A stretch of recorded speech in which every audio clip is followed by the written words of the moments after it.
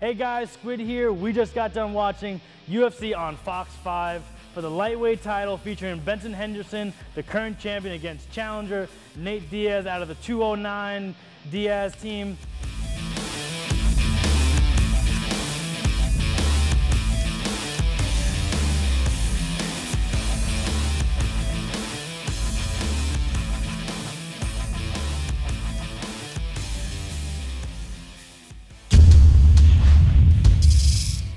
This was a great fight. This fight had a lot of build-up. We did a breakdown on the show where I talked about who was going to win. I predicted Benson Henderson winning a 5-round decision, kind of by using his wrestling. I'm not sure if you guys watched the fight, but that's exactly how he won. I did say Nate Diaz has a little suspect conditioning. What I mean, guys, is Nate Diaz, great conditioning, great triathlete. He comes in, but for this type of fight, his conditioning can be a little suspect. He's not coasting for a while, boxing someone. He's dealing with someone that's gonna wrestle you and kick you in the leg the whole time. So it showed that when you're getting taken down, you have to constantly get up.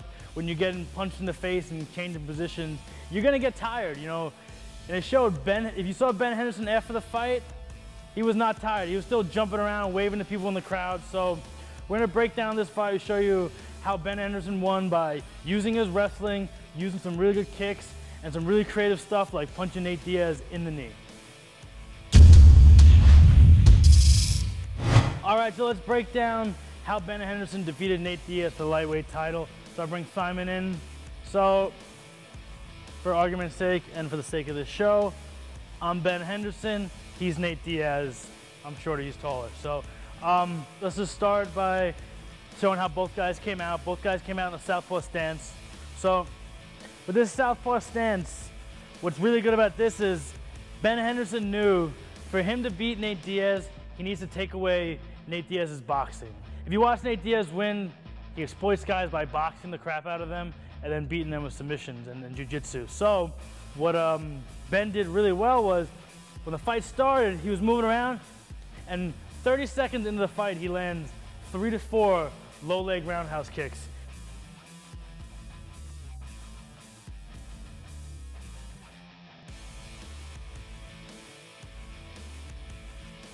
And he lands them not to the knee area. If you notice, he goes lower. What going lower does is, if the guy does check it, I'm gonna still hit the guy on the foot and not hurt myself by getting a shin-to-shin contact. So he's kicking really low, kicking the guy between the middle of the calf and the top of the guy's ankle. And even if Nate wanted to try to catch the kick, that's another thing. He didn't want to be taken down. So if I throw this kick here, Nate can catch that and possibly take him down. But if I throw the kick here, if you try to catch that, you're gonna get punched in the face. So I think Ben used that as a little bit of strategy, knowing that if he kicked a little lower, that for the guy to catch the kick, he needs to go a little lower. And to go a little lower, you'll engage in a lower stance and kind of engage in a little bit of wrestling. And you watch Ben fight, he wants to take you down. So another way, we're still talking about how Ben's breaking down Nate's boxing. He would throw these big strikes, and instead of throwing his strike and getting back out of range, he would throw the strike and then come in and try to get himself some sort of clinch work, double underhooks. Takes away all that reach that Nate Diaz brings to the table and gets close up to him and engages in kind of his sort of fight, this rough and tough, grinding wrestling fight.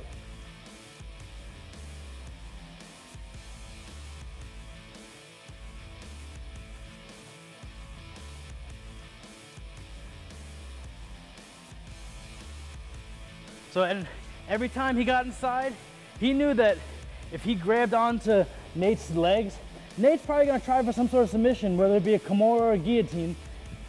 He knows that he's gonna be engaged into the grapple, and he could take him down. He would come right into a hips up position, always controlling the hands.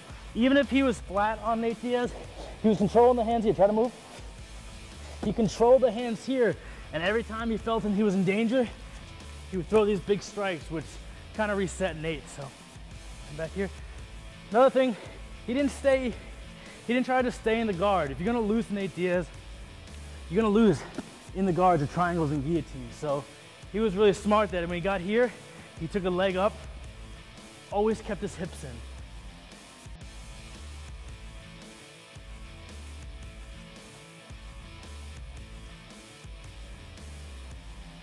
What always keeping your hips in is doing, making the guy uncomfortable. And if the guy does go for a submission on me, I just have to back up and I'm cleared and we can reset. So he's here, and when he wasn't on his knee, he was standing up here, controlling the feet, throwing really big strikes, and just trying to beat up Nate. A lot of these strikes went through, and this is what Nate was doing. He was covering his head, so Ben would go like this and kind of follow the circle through and put it right into the sternum or the stomach area, which is gonna take away Nate's conditioning and take away all of his wind. So those were some of the things he really did that beat him up. The other thing is, when you're fighting Nate, you're gonna get some creative jiu-jitsu and you're gonna get some really cool boxing coming at you. But with Ben, you don't know what you're gonna get. You can get some sort of crazy strikes. And if you saw throughout the fight, I do it in a lot of my sparring, but you don't see it too much on like pay-per-view fights in the UFC, is punching to the leg.